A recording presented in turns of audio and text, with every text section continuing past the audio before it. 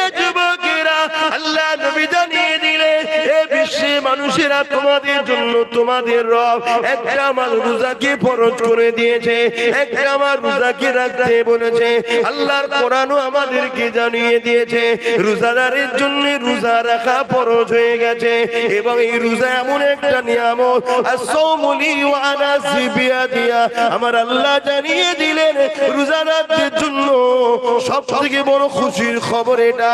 আল্লাহ বলছে রোজা হলো আমার খাস ইবাদত, আর আমি আল্লাহ কুদরতি হাতে রোজাদারকে পুরস্কার নিজে দেব।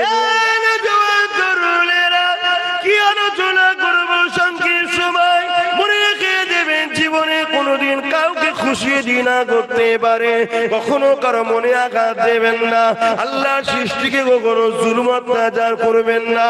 আল্লাহ রাসূল জানিয়ে দিলেন লা ইয়ারহামুল্লাহু মান লা ইয়ারহামুন্নাহ, যে মানুষকে ভালোবাসে না আল্লাহ দয়া সে পাবে না। ভালোবাসার প্রকৃত রাস্তা হলো আল্লাহর জান্নাতের রাস্তা দেখানো। এই আপনাদেরকে ভালোবাসি বলে আল্লাহ জান্নাতের রাস্তা দেখায়। আল্লাহ জান্নাত পেতে গেলে সর্বপ্রথম কাজটা কি? ঈমান আনতে হবে। আমানতু বিল্লাহি ওয়া মালাইকাতিহি ওয়া কুতুবিহি ওয়া রাসূলিহি ওয়াল ইয়াউমিল আখির ওয়াল কদরি খায়রিহি ওয়া শাররিহি মিনাল্লাহি তাআলা ওয়াল বাসি বাদাল মাউত। প্রথমে ঈমান আনতে হবে। এ যুবকেরা, তরুণেরা, আমার আপনার নবী মুহাম্মদ রাসূলকে জীবনের থেকে বেশি ভালোবেসে জীবনের সব কিছু থেকে বেশি আদব করে মেনে নিতে হবে। এই মেনে নিবার পরে তিনি যা করতে বলেছে করতে হবে, তিনি যা নিষেধ করেছে ছেড়ে দিতে হবে। এ যুবকেরা, আল্লাহ নবী জানিয়ে দিলে এ বিশ্বে মানুষেরা তোমাদের জন্য তোমাদের রব একটা আমার রোজাকে ফরজ করে দিয়েছে, একটা আমার রোজাকে রাখতে বলেছে। আল্লাহর কোরআনও আমাদেরকে জানিয়ে দিয়েছে রোজাদারের জন্য রোজা রাখা ফরজ হয়ে গেছে। এবং এই রোজা এমন একটা নিয়ামত, as-sawmu li wa ana biyadia, আমার আল্লাহ জানিয়ে দিলেন রোজাদারদের জন্য সবথেকে বড় খুশির খবর এটা। আল্লাহ বলছে রোজা হলো আমার খাস ইবাদত, আর আমি আল্লাহ কুদরতি হাতে রোজাদারকে পুরস্কার নিজে দেব। আর দুদিন পর রোজা, তো তাই তো নাকি? রোজা নিয়ে বলি সংক্ষেপ সময়, আর কি বলবো। রোজা রাখেন আপনাদের ঘরের ছেলেরা সব? হ্যাঁ, যুবকরা রাখে তো, বোনেরা? আর না বাপ মা বলে এই বয়সে রাখিনি রোগা হয়ে যাবি, এটা বলে নাকি?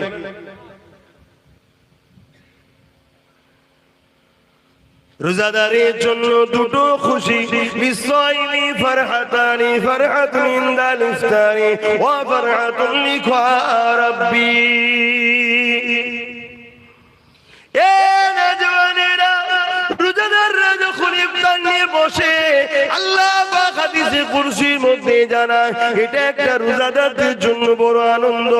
আর একটা হলো রোজাদারদিগকে আল্লাহ নিজের দিদার দেবেন বলেছে।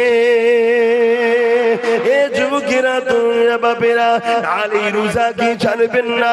এই রোজা এক মাস আসছে, রোজা রাখবে, আল্লাহকে খুশি করার জন্য রাখবে। কেন আল্লাহ বলেছে রোজা আমার খাস ইবাদত, নামাজ খাস ইবাদত বলেন, হজ খাস ইবাদত বলেন, যাকাত খাস ইবাদত বলেন, রোজাকে খাস ইবাদত বলেছে। সবটাই আল্লাহর জন্য। তবে রোজাটা কেন খাস বলেছে? নামাজের মধ্যে লোক দেখানো থাকতে পারে, নাও থাকতে পারে, না দেখানোটাই তো আল্লাহর জন্য। কিন্তু নামাজের মধ্যে লোক দেখানো থাকে, চল হুজুর বলছে একটু পড়ি, চল বিআই এসছে একটু পড়ি, না পড়লে লোক খারাপ বলবে তাই পড়ি, এখানে লোক দেখানো থাকতে পারে।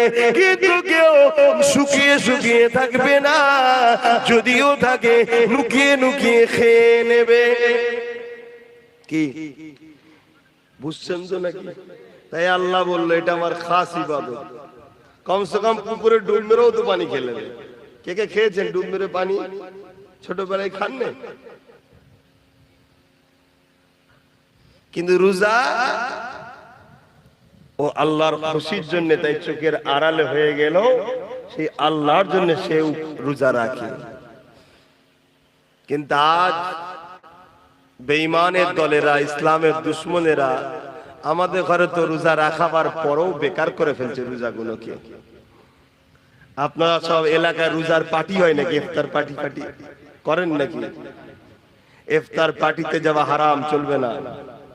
ইফতার মাহফিলে যাবেন, সওয়াবের কাজ। ইফতার মাহফিলের নেতৃত্ব দেয় উলামা হযরতরা, আর ইফতার পার্টির নেতৃত্ব দেয় ফাসিক ফাজিল হারামখোর বেরোজাদাররা। কথা বুঝছেন না? বোঝেন না? কত পার্থক্য বুঝলেন? ইফতার মাহফিল হলে যাবে, ইফতার মাহফিলে আলেমরা থাকে, তারা নেতৃত্ব দেয়। আর আলেমরা হলো রাসূলের ওয়ারিস, তারা নবীর এলেমের ওয়ারিস। নবী চলে গেছেন, যাওয়ার সময় বলে গেছেন যে আমি আলেমে হাক্কানীদের রেখে গেলাম, তোমরা এদের কাতারে থাকবে, এদের পিছনে থাকবে। আর এখন তো আলেমরা বাপ কিছুই বলতে পারে না। এটা আলেমদের দোষ অবশ্য, সবাই নয়, কিছু কিছু আলেম আছে এখনো বলে, কেন তারা বিক্রি হয়নি, তারা নিজেদের গলায় এখনো মোহাম্মদ রসুলের বেল্ট পরিয়ে রেখেছে, তাই তাদেরকে কেউ টানতে পারে না। কিন্তু বেশিরভাগ উলামারা এখন কথা বলতে পারে না। কথা বুঝে আসছে? এই ইফতার মাহফিল হলে যাবে। তবে আমার যিনি মসলা শোনেন বা আমাকে জিজ্ঞেস করেন আপনি কি করেন, সব থেকে উত্তম হলো এটা, সারাদিন রোজা রেখেছি যে আল্লাহর খুশির জন্য, সেই আল্লাহ আমাকে যা খুশি করে রুজি দিয়েছে হালাল, ওই রুজি থেকেই আমি ইফতার করব। আমি অন্য কারো পাশে করতে রাজি না।